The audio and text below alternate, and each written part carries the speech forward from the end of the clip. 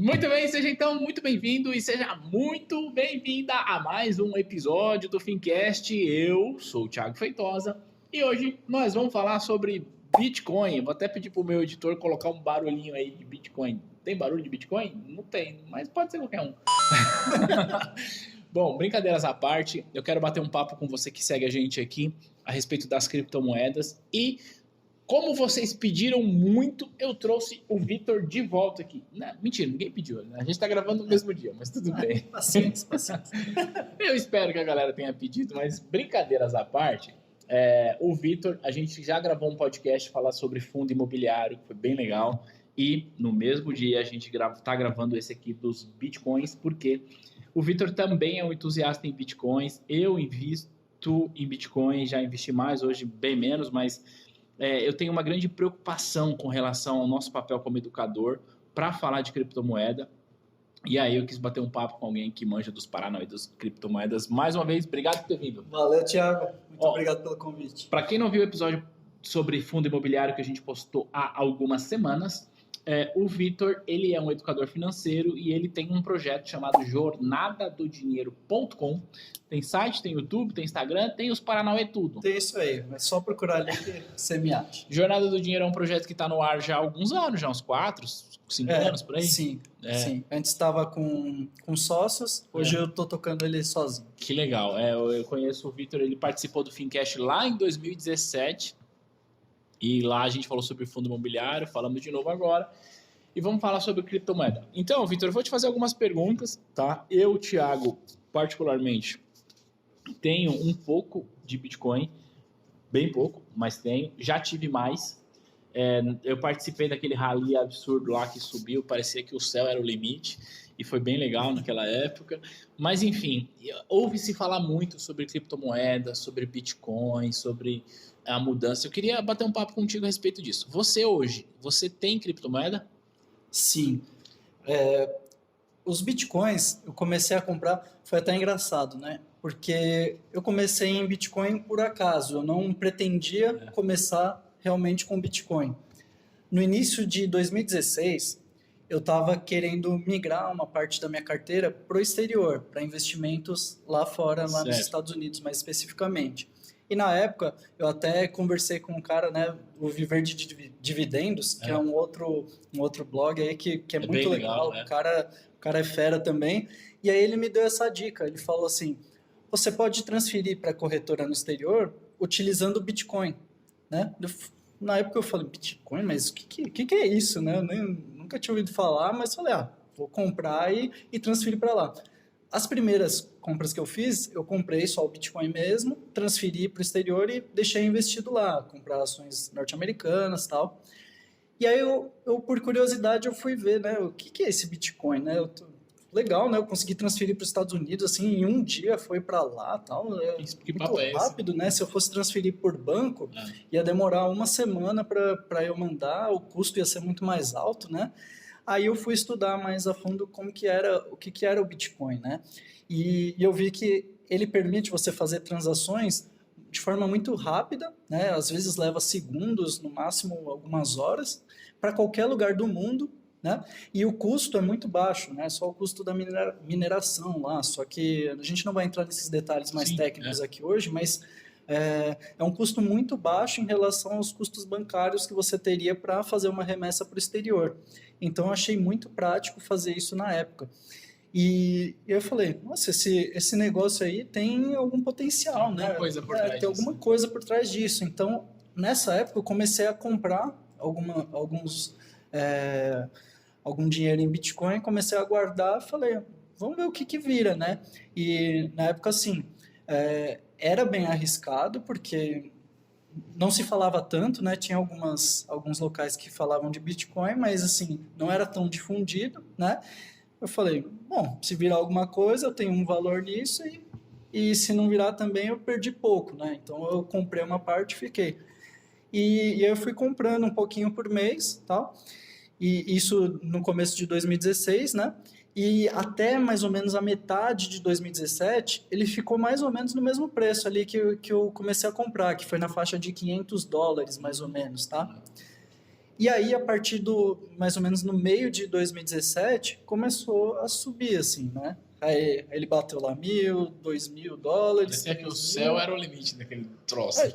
Em cerca de 6 meses, ele foi... $13 mil, por exemplo. Ele chegou a bater no final lá do ano, de 2017, o pico dele foi $20 mil. Nossa. Então, saiu de $500 para $20 mil em meses, né? Foi absurdo. E assim, na minha opinião, assim, a tecnologia ela tem bastante futuro, mas aqueles preços, assim... Não faz nenhum sentido, né? Em pouco tempo, né?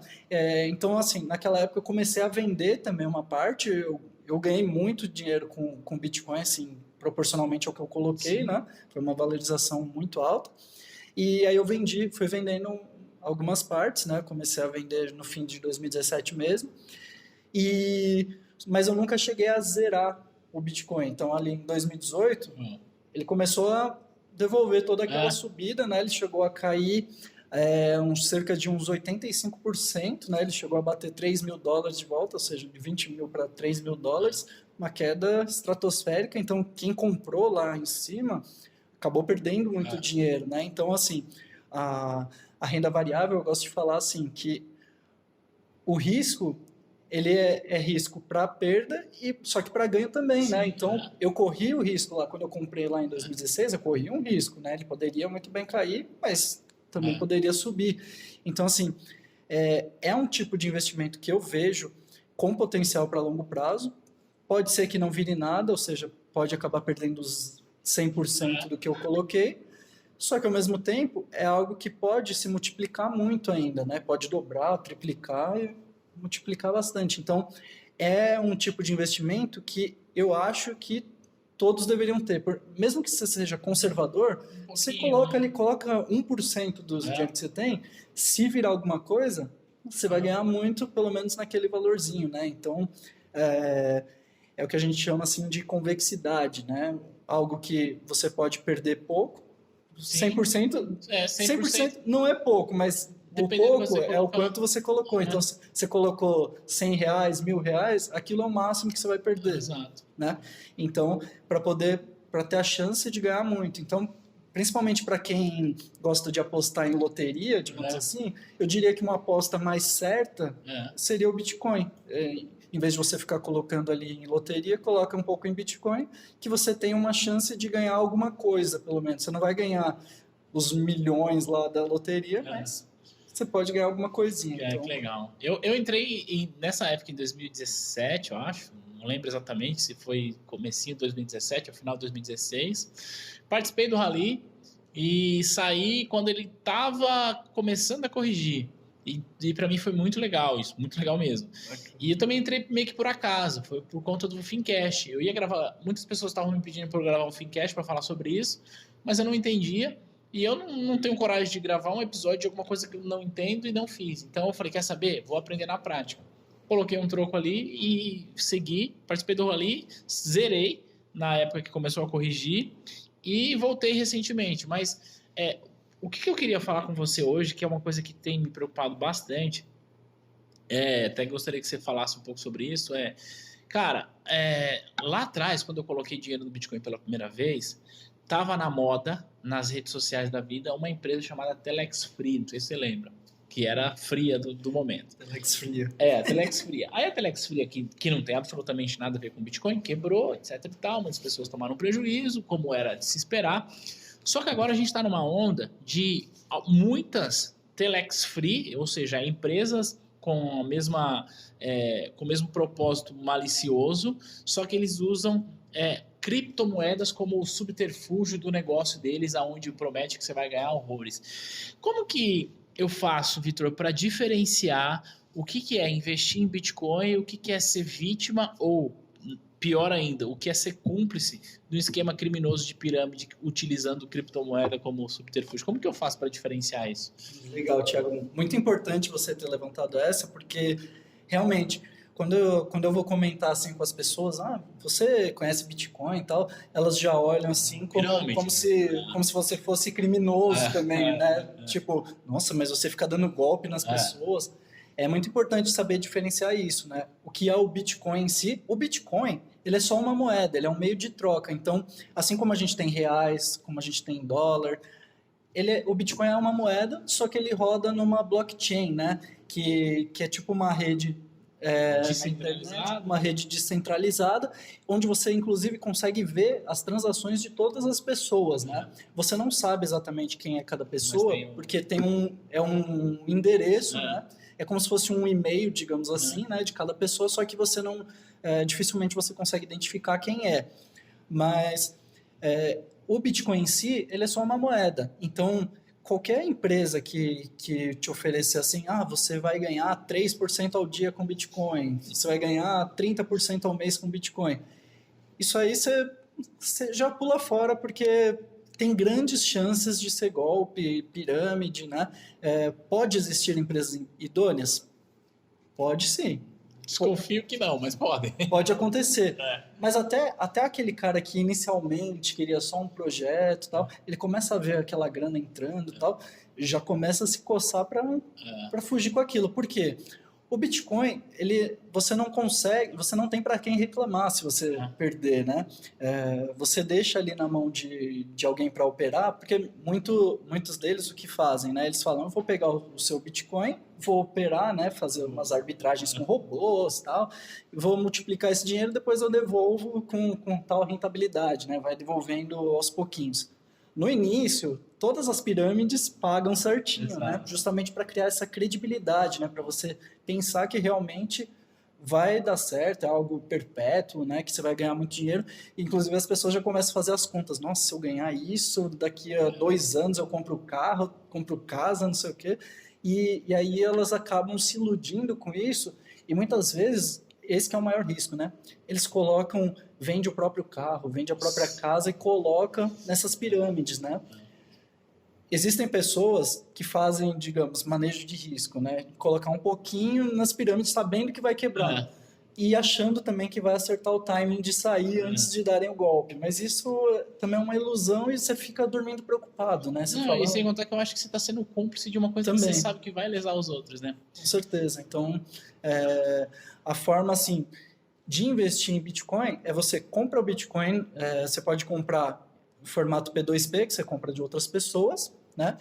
Ou comprar numas exchanges mesmo, que são corretoras, como se fosse casa de câmbio, né? Que é o mais recomendado? Não. Eu nunca operei. Eu diria que sim, porque o P2P, né, P2P, que é comprando de outras pessoas, você tem que confiar muito na pessoa que ela vai realmente te entregar aquilo. Então, o ideal mesmo é fazer por exchange. Já comprou ali, você transfere para uma wallet sua, que é algo que só você vai ter controle, né? Se você deixar na conta da corretora, você está sujeito ao risco ali de quebra da corretora também, inclusive, dar um golpe, pode acontecer da corretora dar um golpe, pode acontecer de ela ser hackeada também e você perder. Então, existem esses riscos, né, na corretora. Então, sempre você vai transferir para a sua wallet para você ter o controle, né, o armazenamento daquilo. Então, a partir do momento que está na sua wallet, só você consegue acessar aquilo. E aí existem outros riscos também, que é você perder o seu backup, você não ter o backup, esquecer senha e tal. Mas é o mesmo risco que você tem de perder a sua carteira cheia de reais, não é? Exatamente. Você põe lá R$1.000 na sua carteira em cédulas e aí você perde a carteira. Exatamente. Eu penso na wallet como um cofre, digamos, né? Você tem o cofre lá, você tem uma senha para o seu cofre, se você esquecer a senha, também você não abre mais o cofre. Você pode quebrar o cofre, recupera, mas... assim, é semelhante a isso, né? Você é que vai ter o controle realmente do que você tem, e eu acho que é muito importante a pessoa ter essa autorresponsabilidade, né? Com o seu próprio dinheiro, porque assim, por muitos e muitos anos, o banco é que toma conta do nosso dinheiro, a gente muitas vezes nem sabe o que ele está fazendo e tal. Na verdade, os números na tela, quando a gente entra, né, no banco, é virtual, porque, na verdade, se todas as pessoas resolvem sacar aquele dinheiro, o banco trava, não tem dinheiro para atender todas as pessoas, então é muito essa questão, assim, a pessoa confia em algo porque já vem de muitos anos, de gerações, e algo novo, né, a pessoa vê com desconfiança, né, justamente porque é novo, né, mas eu acredito que é uma tecnologia que veio para ficar, tá? Pode demorar ainda muitos anos, ou pode ser muito rápido também. Hoje em dia, a tecnologia evolui de forma muito rápida, né? A gente fica até assustado, né, com cada coisa, mas é algo assim que eu tenho convicção para o futuro. E é claro, assim, como investimento, você nunca vai colocar pelo amor de todo o Deus. seu patrimônio. Isso que fique bem claro, assim. No máximo, estourando, coloca 10% do que você tem, e assim, no limite, 10%, assim, quem está começando, assim, tem bastante desconfiança, coloca 1%, vê o que você acha, se fica confortável, né? Ainda então, sobre pirâmide, você compra através de exchange, certo? Isso. Se eu, Thiago, for lá abrir conta na exchange, porque você falou, Thiago, eu compro através dessa exchange aqui, aí eu abro conta nessa exchange e começo a operar. Quanto que você ganha por isso? Nada, né? Por que eu tô falando isso?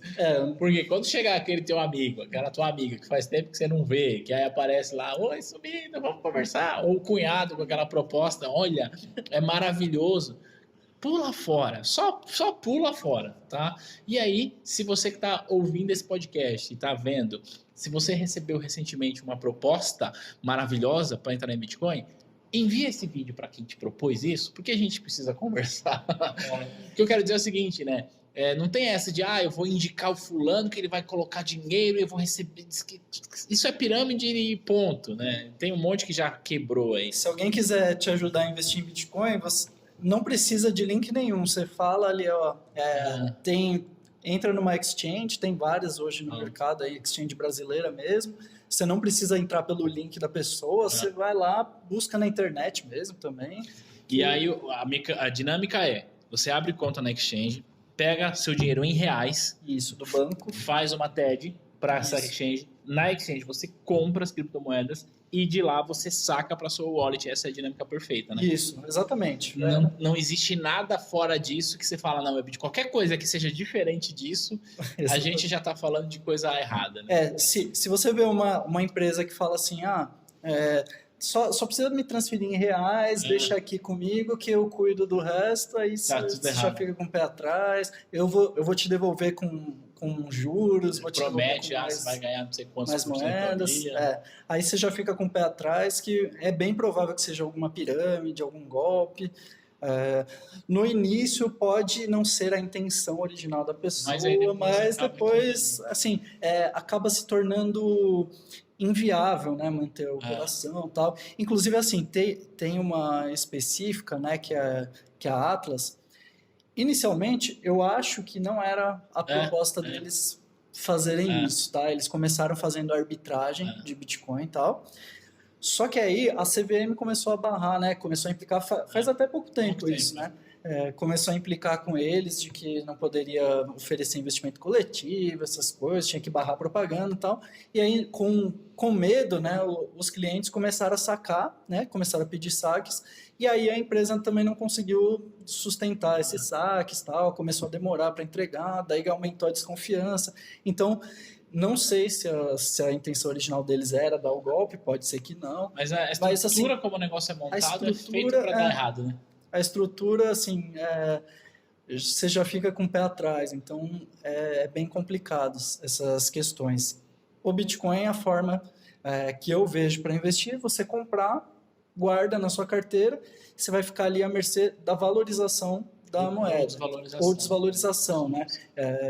Muita gente, assim, a tendência, né, do Bitcoin é se valorizar ao longo do tempo, é claro que não naquelas porradas que a gente acostumou a ver, né?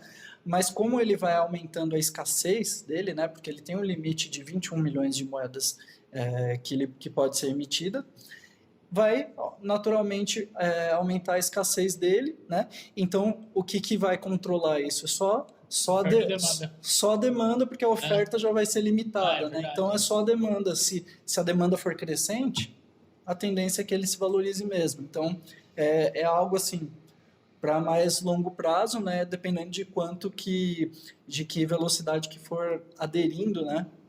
A tecnologia. Então, legal. É mais ou menos assim que eu enxergo o mercado assim de Bitcoin e criptomoedas mais especificamente. eu acho que é melhor a gente comentar em outros episódios, porque, assim, senão a gente vai longe até amanhã aqui de novo. E você sabe que eu falo pouco, né? Então, não, mas fica legal, cara. Daí a gente conversa numa outra oportunidade sobre outras criptomoedas e tal. É um mercado, assim, que está realmente... que eu acho que tem muito futuro, tá? Mas o Bitcoin, eu acredito que veio para ficar mesmo. Tem um monte de coisa técnica por trás do Bitcoin, né? Tem mineração, tem o tal do blockchain. Só que assim, quando me perguntam, o jeito mais simples que eu tenho de explicar o Bitcoin é dizer o seguinte: Thiago, como que eu faço para comprar Bitcoin? A minha resposta primeiro, você precisa entender que Bitcoin é uma moeda. Como você faz para comprar dólar? Eu vou na casa de câmbio, e aí quando você compra o dólar, o que você faz com o dólar? Você espera o dólar fazer o quê? Você leva para casa, põe lá no seu envelopinho? É isso que eu faço. É isso. A única diferença é que você não tem ele físico. E por que eu estou falando sobre isso, Vitor? Porque é importante, quem está ouvindo a gente, se quiser se aventurar com o Bitcoin, ter isso em mente, ter isso muito claro, que apesar de ser algo que a gente olha para o longo prazo e ele pode valorizar, cara, não dá para você esperar que esse negócio vai ter rendimento. Quanto que rende colocar em Bitcoin? Não existe isso. Se você comprar dólar, o risco é o mesmo. Euro, o risco é o mesmo. Então, é ter uma noção. Eu tenho dólar, que é papel. Eu tenho euro, que é papel. Eu tenho Bitcoin, que é digital. A dinâmica é parecida ou eu estou viajando aqui na maionese? Exatamente isso, Thiago. O paralelo está perfeito. Ele é uma moeda, assim como o dólar, assim como o euro. Aí, a partir desse dinheiro, é que você consegue investir em outras coisas. E aí que as pirâmides se aproveitam, né? Você pega o seu Bitcoin e investe na pirâmide para você ter os ganhos maiores. Então, assim, hoje a gente não tem assim um mercado para criptomoedas. Para aceitar, assim, né? Futuramente, né, já até está se falando bastante de transformar assim, o mercado de ações, mercado imobiliário e tal, em tokens digitais mesmo, né? E assim, a gente pode ver isso acontecer realmente. Só que enquanto isso, essas outras empresas aí são pirâmides. Não fica muito claro, né, o que elas fazem com o dinheiro. Quando está meio nebuloso assim, você já sai fora, né? Já sai fora, né? E outra coisa assim que eu queria comentar, até porque você entrou na questão, como que eu faço para comprar, né? Tem muita gente assim que fica com essa dificuldade de entender o Bitcoin porque quer entender, mas o que tem por trás do Bitcoin? Então. O que é o protocolo dele? Como que é a programação e tal? Uma coisa é você ser o programador, né? O cara que está desenvolvendo aquele projeto. Outra coisa é você ser um usuário comum, né? Por exemplo, a gente hoje utiliza a internet, a gente utiliza serviços bancários, mas você sabe, por exemplo, tudo que funciona por trás da internet para ela rodar, conhece HTML, conhece todos os protocolos que tem na internet. A gente, como usuário, não precisa conhecer tudo isso, a gente precisa conhecer a interface, o que dá para a gente fazer com aquilo, né? Sabendo que funciona aquilo. Quando a gente faz uma transferência bancária, a gente não sabe tudo o que acontece por trás, né, daquela transferência e tal.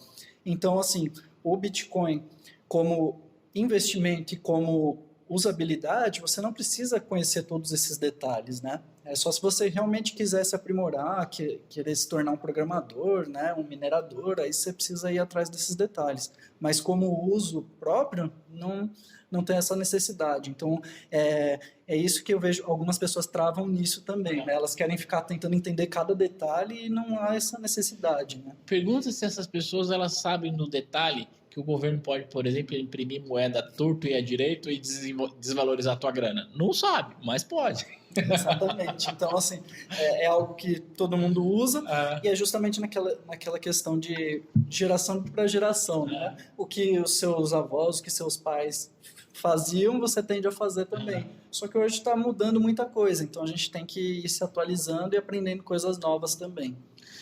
Só para a gente finalizar, recentemente eu fiz uma viagem e eu fui em um país que nesse país eles têm o governo, o Banco Central tem um câmbio controlado, tá? Mais especificamente eu fui à Bósnia.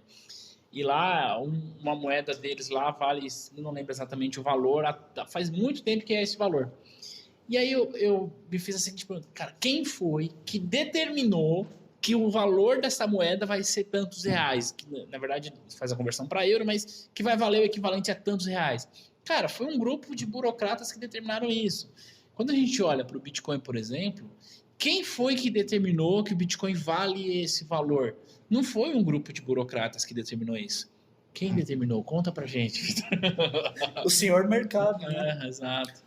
O Bitcoin, por ele ser uma moeda descentralizada, não tem ninguém controlando preços ali. Não é um governo que vai controlar preços, não é um grupo que vai controlar preços. Por ele ser descentralizado, são as diversas pessoas que participam dali, que estão comprando e vendendo, e aí o Bitcoin se valoriza ou desvaloriza de acordo justamente com a demanda que tem no mercado. Então, não tem como alguém controlar o preço. É claro, existem muitos grandes players, né, que chamam, Pode dar uma manipulada, né? que tem muito Bitcoin, que acaba comprando forte para puxar preço, acaba vendendo muito para derrubar, mas assim, não é uma pessoa que chega e fala, vale tanto, né? O que eu quero dizer com tudo isso é dizer o seguinte, né, que a gente tem uma moeda estatal, real, dólar, euro e qualquer outras, e a gente tem o Bitcoin. É muito mais fácil a gente ter uma manipulação na moeda estatal do que no Bitcoin, que é descentralizado. Mas é difícil a gente conseguir conceber isso, porque quando a gente nasceu, não existia esse trem, né? E agora a gente está tendo de se adaptar com essa disrupção, que é você olhar para o mercado e falar, peraí, aqui o governo pode controlar. Aqui no Brasil mesmo, por exemplo, cara, quando o real começa a sofrer muito, o Banco Central entra no mercado fazendo swap, enfim, para segurar preço e tal, que não deixa de ser uma manipulação de preço, né? Exatamente. Quando a gente olha para o Bitcoin, nenhum governo tem esse poder e, na minha percepção, ele representa muito mais o interesse das pessoas do que dizer que uma cédula de R$100 representa R$100. Quem foi que disse aquilo? Pois é. Faz sentido isso? Sim, com certeza. Só tomar cuidado com as pirâmides da vida, né? Exatamente. O Bitcoin, ele é visto, né, por muita gente assim como algo para os libertários. Assim, é né? verdade. Vamos ter nosso próprio dinheiro e tal. No Ancapistão vai ser essa moeda. No Ancapistão, exatamente. Então, assim, o Bitcoin, ele traz certo poder, empoderamento, né, para você ter o seu próprio dinheiro. Então, existe ainda um risco de não ter adesão em massa, mas corre-se sempre esse risco, né? O outro risco é a gente ficar sempre sob controle do governo. Então, cabe a cada um escolher os riscos que quer correr. É claro que nunca dá all-in, né? Sim, exato. Nenhuma opção você faça isso. Mas, cara, que legal. Eu gostei bastante desse bate-papo. Para a gente finalizar e deixar uma dica prática, embora isso aqui não seja nenhuma propaganda, conta pra gente, por qual exchange você está comprando hoje? Hoje, a que eu utilizo, assim, que tem uma interface legal, tal, é bem prático, é a Bitcoin Trade, tá? Eu não tenho vínculo com nenhuma outra, assim, nenhuma exchange específica. Eu já comprei por Foxbit, já comprei pela Brasilex também. Mercado Bitcoin também tem? Mercado Bitcoin tem também, eu nunca utilizei, mas é uma das mais famosas também, tal. Cabe a cada um escolher a que acha mais interessante. Qual que é o nome mesmo que você tá comprando? A que eu utilizei foi a Bitcoin Trade. Então, é só para ficar a dica, né? O Vitor usa a Bitcoin Trade. Aí não tem link afiliado. Não. Busca ali busca no Google e se vira. E eu, porque às vezes as pessoas perguntam, como que eu faço? Eu já comprei pela Foxbit, parece que deu um problema com a Foxbit, eu não lembro, acho que o sócio dela faleceu, uma coisa assim, foi? Teve esse lance também, mas eu já não estava utilizando mais. Mas isso não significa dizer que porque o cara faleceu... não quer dizer que ficou ruim. E hoje eu compro pelo mercado Bitcoin. Então, procura no Google aí, mercado Bitcoin tem vá ser feliz. Opções hoje, tem várias opções. Só o mais importante é você comprou, manda para sua wallet, que aí você fica totalmente seguro, né? E você pode pedir também coisas de wallet, né? Hoje eu utilizo uma wallet que chama Cold Wallet, né? Que é aquela... que não fica na rede, né? É uma que parece um pendrive, né? A que eu utilizo a Ledger Nano S, tá? Que você compra, ela parece um pendrive, você pluga ali, baixa as informações ali para ela e deixa fora da rede, né? Assim você não tem nem o risco de ser hackeado, nada. Bem mais seguro, inclusive. Bem mais seguro. Mas existe a possibilidade de você utilizar uma wallet no celular, baixa no computador. E hoje em dia também tem wallets online, tem para baixar no computador, baixar aplicativo no celular. Então você consegue ter acesso às suas criptomoedas de forma mais fácil, só que também tem um risco um pouco maior, né, de ser hackeado, invadido, mas, assim, todas essas wallets têm certa segurança, de certa forma. Então, assim, quando você está começando, coloca nessas wallets mais simples mesmo. Quando você tiver um valor um pouco maior já em Bitcoin, eu acho interessante ter a Cold Wallet mesmo. Pode ser da Ledger, pode ser a Trezor também, que é uma Quanto você está ganhando para falar disso? Também estou ganhando 0, não tem link afiliado e tal. Pode... faz a sua própria pesquisa aí para ver o que você acha mais interessante, tá? Mas é legal ter para você ter maior segurança mesmo. Segurança, né? Isso aí, porque se você deixa na exchange, você está correndo um risco muito grande, né? Exatamente. Deixar na exchange é a mesma coisa de você comprar, pegar o seu dinheiro e entregar na mão de uma pessoa que você não tem a menor ideia de quem é. Né? Exatamente. É que nem você comprou os seus dólares na casa de câmbio e deixou lá no balcão. Aí ficou lá. Aí outro dia você volta para buscar e não está mais lá, né? É mais ou menos isso. Boa analogia. Uma analogia meio grotesca, mas é mais ou menos isso, assim. Claro que você deixar no balcão pode chegar qualquer um lá e pegar, mas na exchange é difícil chegar alguém e pegar, né? Mas pode ser que uma analogia que dá pra gente entender. Pô, que legal, gostei bastante desse bate-papo. Confesso que a minha maior preocupação, principalmente para quem segue a gente aqui, era a gente deixar claro que uma coisa é Bitcoin, outra coisa são essas papagaiadas que o povo tá inventando aí para ludibriar as pessoas. Exato. Porque eu vi um dado que me chocou muito hoje. 4 milhões de pessoas, 4 milhões, eu vou repetir, 4 milhões de brasileiros colocam dinheiro em algum tipo de pirâmide financeira. Isso é assustador quando a gente olha e percebe que, por exemplo, na Bolsa de Valores tem 1,6 milhões apenas, não tem nem metade dos piramideiros. E eu penso que isso se deve à falta de educação financeira. As pessoas acreditam que é complexo investir na bolsa, é arriscado, mas, cara, pega o teu dinheiro e põe na pirâmide. Mas eu não as culpo porque a gente não tem educação financeira e o nosso papel é ajudar nisso. Exatamente. E é porque é fácil, né, digamos assim, deixar na pirâmide, porque a pessoa vai na ilusão de que é só eu dar o dinheiro lá e... Foi meu amigo que me convidou, né? E o dinheiro fica trabalhando lá para mim, eu não preciso fazer mais nada. Então, a pessoa, às vezes, por preguiça, perde muito dinheiro. Então, e o amigo. E perde o amigo também, porque o amigo colocou na enrascada. E é bom lembrar também que a pirâmides não começaram a existir por causa de Bitcoin. Muito antes, que nem a Telex Free que você citou muito bem. E... teve boi gordo, avestruz master, então teve todo tipo de golpe aí, né? Eu lembro bastante, falando sobre golpe, que você lembra do Gedel Vieira Lima, né? O que era ministro do Temer lá?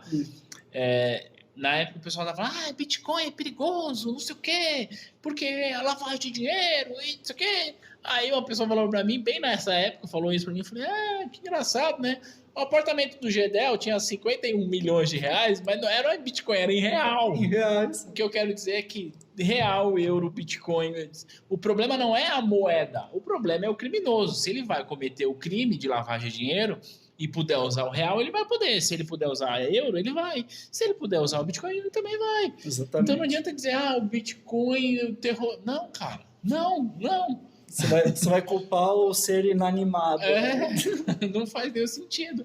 Porque se a gente assumir que Bitcoin ele propicia a lavagem de dinheiro, então a gente está dizendo que a gente nunca teve crime de lavagem de dinheiro antes do Bitcoin, o que não é verdade. Pô, legal. Acho que você definiu perfeito agora. Eu acho que assim, o problema não é o veículo, não é a moeda, né? O problema é que existe um criminoso e se não for por um, ele vai fazer por outro, porque a gente não tem um sistema de combate a esse tipo de crime que seja eficiente. Exatamente. Cara, gostei bastante do nosso bate-papo. Como que a galera que tá vendo a gente e ouvindo te acha aí nas redes sociais? Vitor, Jornada? Me fala aí. Tem o site, chama jornadadodinheiro.com. No canal do YouTube você encontra também Jornada do Dinheiro. E inclusive lá eu tenho uma carteira de criptomoedas, né, uma carteira simulada que mostra como que o investidor consegue, com pouco dinheiro, ir construindo um patrimônio em criptomoedas. Depois acompanha lá. Tô deixando o link na descrição do YouTube desse episódio. Beleza. E tem o Instagram também que eu vou atualizando É jornada do dinheiro também? Jornada do dinheiro. Não é só sobre criptomoedas, é sobre educação financeira e investimentos em geral. Legal. Se você está ouvindo este podcast e gostou da participação do Vitor, deixa um comentário, escreve #VotaVitor, porque a gente já falou de fundo imobiliário, a gente já falou de criptomoedas, a gente pode falar de tantas outras coisas. Isso aí. Meu irmão, obrigado por você ter vindo. Obrigado aí, Thiago. Muito obrigado pelo convite. Tamo junto, segue o Vitor lá e a gente se vê e a gente se fala no próximo conteúdo. Beijo, tchau.